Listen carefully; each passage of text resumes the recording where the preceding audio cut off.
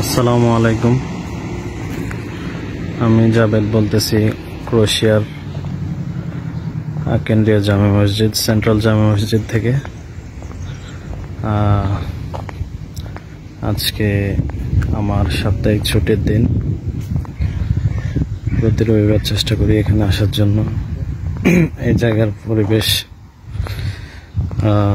খুবই সুন্দর, নিরিবিলি।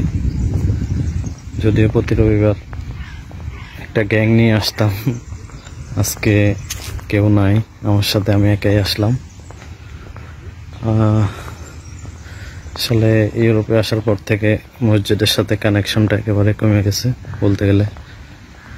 এই জন্যই যখনই সুযোগ পাই এই জায়গায় আসে, একটু সময় কাটাই। আমার কাছে খুবই ভালো লাগে জায়গাটা, খুবই সুন্দর, নিরিবিলি, কোনো ঝামেলা নেই। কিন্তু এই মসজিদের মেইন ফটক এই দিক থেকে শুরু হয়ে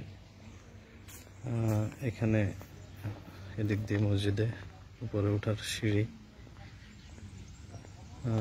মসজিদের পাশে সুবিশাল একটি মিনার।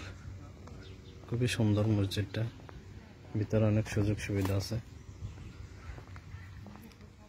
আর কি ইউরোপের মতো জায়গায় এরকম মসজিদ আসলে দেখাটা সোনার হরিণের মতনই।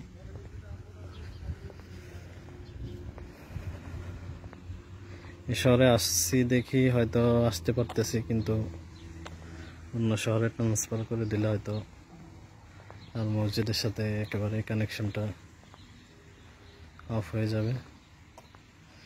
এখানে কিছু বসার সিট আছে, সিটগুলো আমার খুবই প্রিয়। আমি এখানে আসি প্রতি রবিবারে মিনিমাম 3-4 ঘন্টা করে কাটাই নিজেই।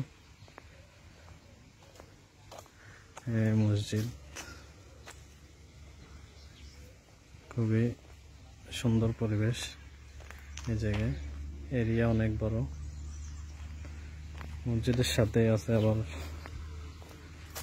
এখানে ফল বাগান, আপেল, নানা জাতের ফল। এদিকে পুরা অনেক বড় একটা বাগান মসজিদের সাথে আছে।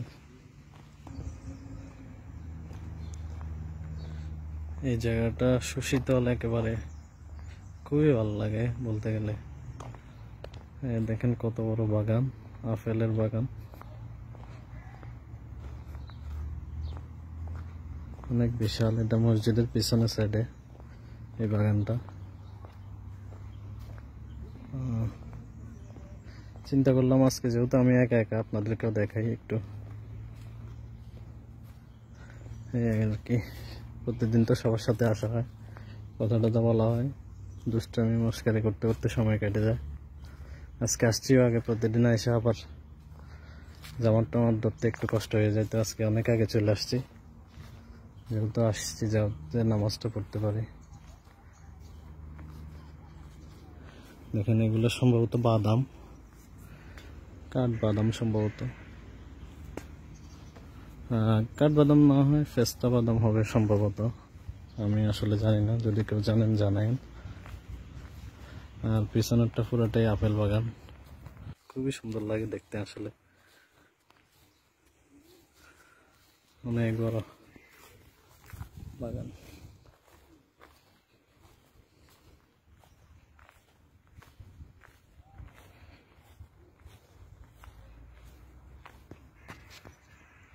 দেখুন আপেলগুলো কিভাবে লাল হয়ে আছে, পাকা পাকা একেবারে আপেল।